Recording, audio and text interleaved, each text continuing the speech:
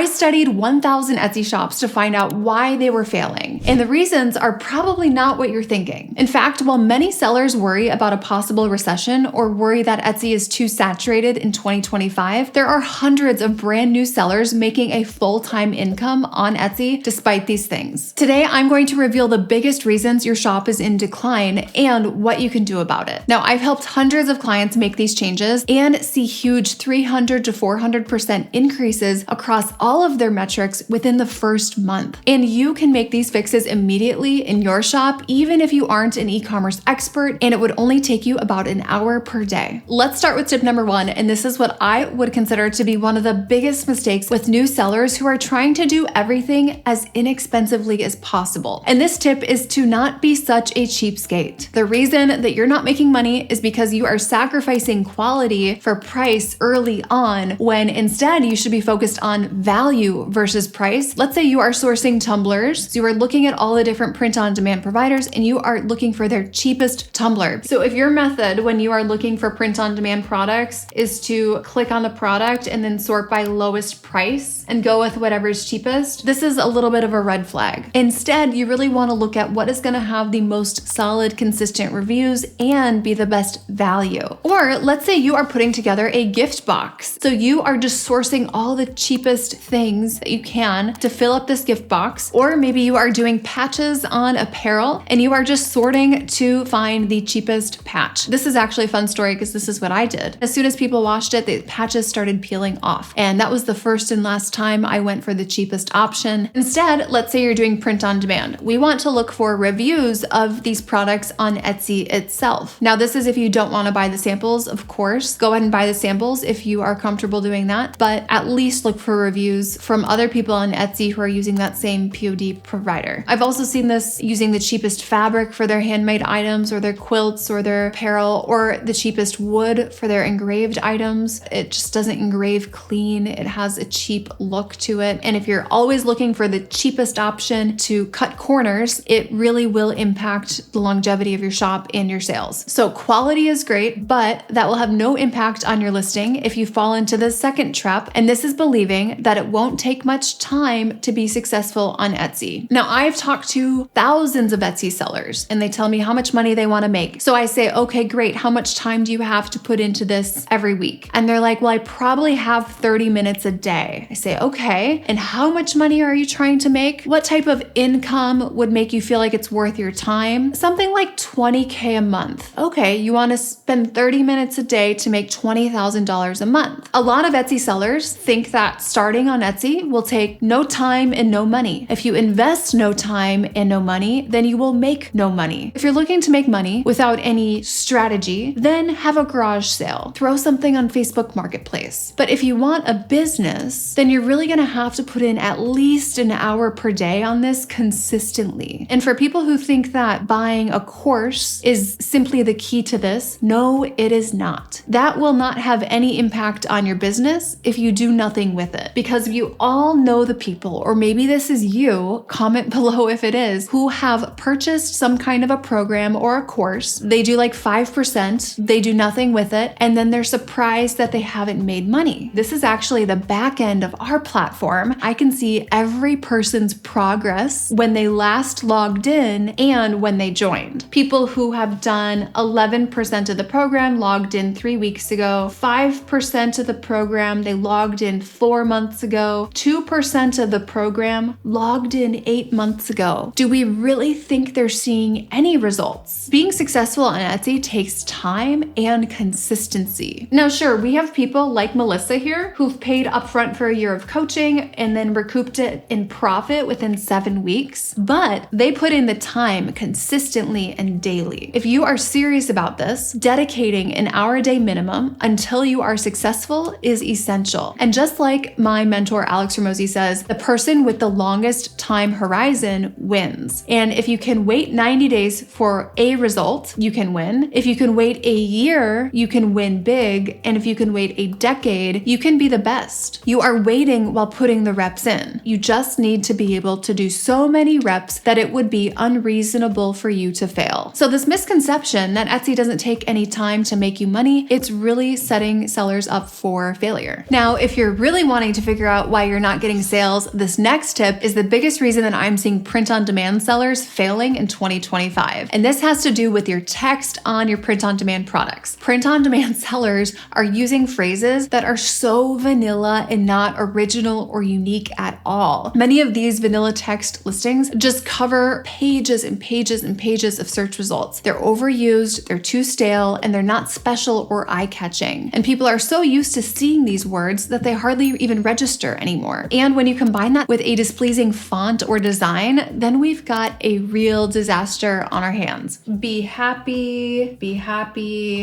kind, thankful, grateful, blessed, simply blessed. And then you can see mixed in some newer, more original sayings, right? Like Salty Mom's Beach Club, talked to God lately with the phone on it. Bad decisions make good stories, right? That's a fun, unique design and saying. If I could put the year 2015 in a photo, this would be it. With the arrow, with the heart, with this font, Blessed Mama, this mock-up. If you're trying to be competitive with print on demand, we have to get more unique and more original with what text we are putting on our designs. We're gonna combine more unique fonts with more trendy sayings and with more modern graphics. With this line drawn kind of beach chair set at the ocean with kind of a black and white theme, we have all the neutrals going on. And if you're wondering what is the difference between these vanilla, general, generic, overused sayings and these types of sayings, the key here is following this trend that I've identified about 5-6 months ago, and it's called the unapologetically you trend. So I'm gonna go ahead and link that actually in the comments if you wanna know more about how to implement this trend, where to find these words, but it's all about the right text to have on your print-on-demand products or your handmade products in 2025. It's a full trend workshop and you can get access to it with the link below. Or if you are just wanting to know some more print-on-demand selling tips, definitely check out this next video that we'll link right here.